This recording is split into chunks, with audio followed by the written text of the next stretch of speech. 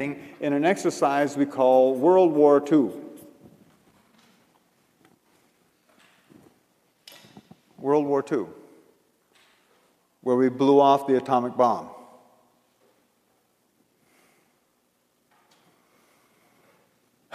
And brought upon ourselves the weight of the responsibility that we could be the last.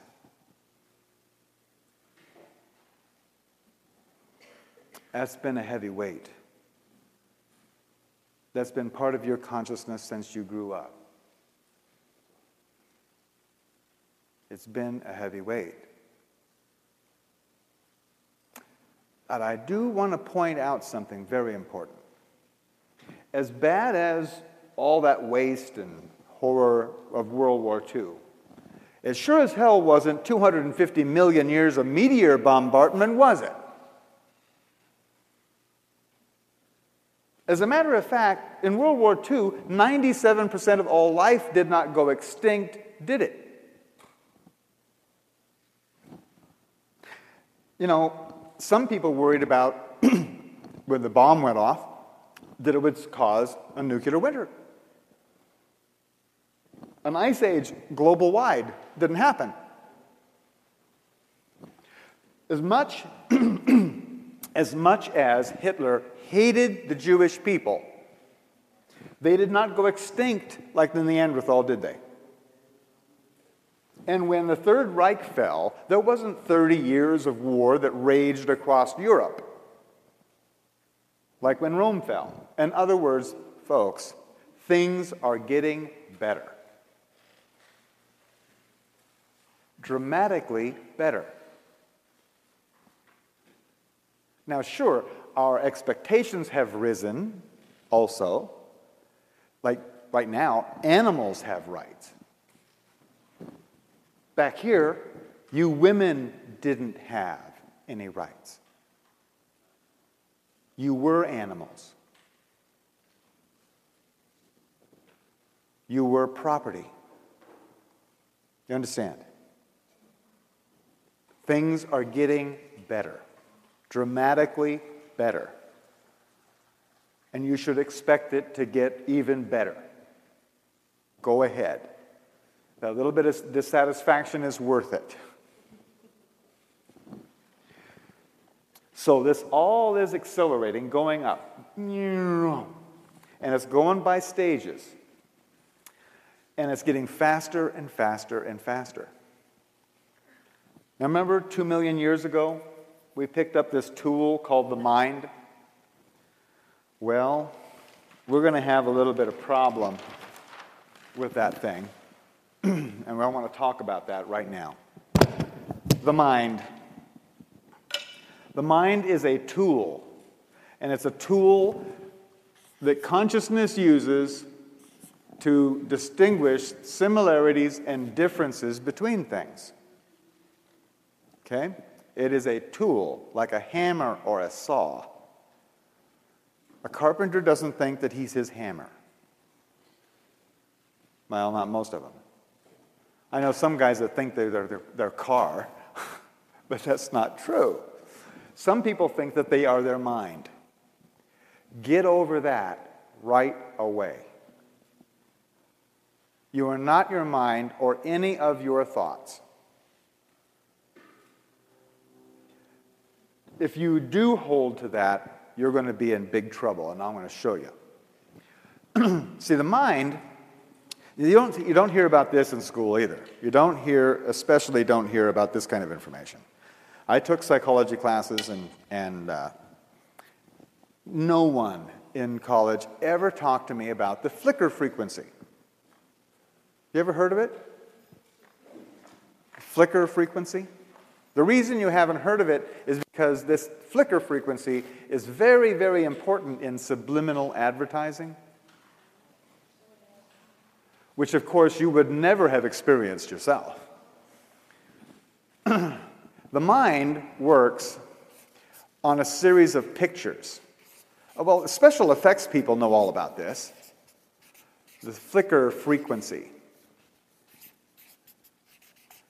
The flicker frequency is 24 frames per second. That's how fast your mind works. Your mind has a speed limit. Your mind can only think 24 thoughts in 1 second. It can only make this action 24 times per second. So it goes like a flip card strip. Here's a ball, and the ball's coming, and it's coming, and it's coming, and it bounces here, boom, and it looks like this. And then here it comes again, and it's going to bounce again. Right? That's how the mind actually works. Has anybody here been in an accident? Well, I don't want to bring up bad times, but something that was really dangerous. I mean, you could have died. And did you see time slow down when you were in that accident? Yeah? Okay. Anybody see it go to stop motion? That was serious. What you just witnessed, and for those, maybe some of you kind of have that, and maybe not. I'm telling you, and you guys, I'll bet you will confirm it, these were peak experiences in your life. You still clearly remember exactly what happened, don't you?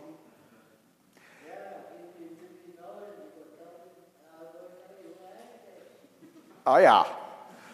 And the reason that was so powerful an experience is because it was a demonstration that you are not your mind. That your consciousness is not limited to how fast this thing works. Very powerful information. This flicker frequency, 24 frames per second, is as fast as your mind can work. The mind is a tool supposed to do a job of seeing the similarities and differences so that you can make decisions concerning your survival.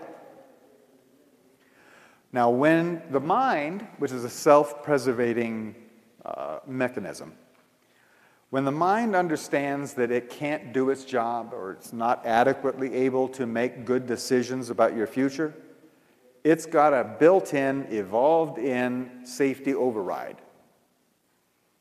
A safety override system. And it goes in stages. The first stage of that safety override is called stress. When your mind is not sure of what's coming, it sends your body a signal.